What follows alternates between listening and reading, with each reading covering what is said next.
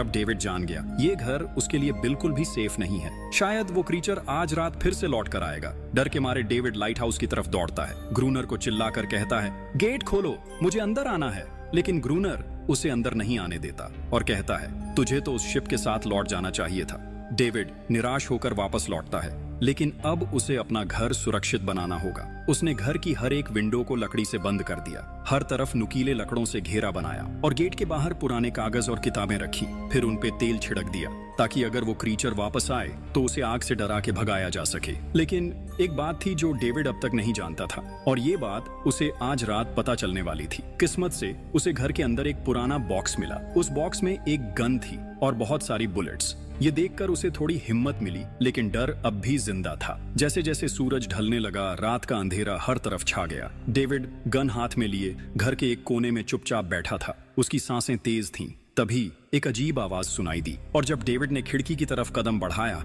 तो जैसे उसके पैरों के नीचे से जमीन ही खिसक गई। सिर्फ एक नहीं, पानी में से कई सारी वही अजीबो-गरीब क्रीचर्स उठती हुई नजर आईं, और सब उसके घर की तरफ बढ़ रही थीं। कुछ ही देर में वो गेट को तोड़ने की कोशिश करने लगे। डेविड ने तुरंत गोलियां चलानी शुरू की। कुछ क्रीचर्स गिर गए, लेकिन बाकी और भी ज्यादा हिंसक हो गए। वो अब घर के अंदर घुसने की कोशिश कर रहे थे। जैसे जैसे उनकी तादाद बढ़ने लगी, डेविड ने बिना वक्त गंवाए गेट के बाहर रखे कागजों और पुरानी किताबों को आग लगा दी। आग देखकर वो क्रीचर्स डर के मारे वापस समुद्र में लौट गए। लेकिन अब वही आग डेविड के घर तक पहुंच चुकी थी। घर में आग लग चुकी थी, और क्योंकि पूरा घर लकड़ी का बना था, आग बिजली की तरह फैल गई। डेविड ने तुरंत एक चादर में लपेटकर खुद को बचाया, गेट तोड़कर बाहर निकला और लाइट हाउस के पास एक बड़े पत्थर के पीछे छुप गया। उसका दायां हाथ बुरी तरह जल चुका था। किस्मत से उसी वक्त बारिश शुरू हो गई। आग धीरे धीरे बुझने लगी, लेकिन पूरी रात की बारिश के बाद भी सुबह तक डेविड अपना घर नहीं बचा पाया। पूरा घर जलकर लगभग राख हो चुका था। अब अगर डेविड को जिंदा रहना है तो उसे लाइट हाउस में पनाह लेनी होगी।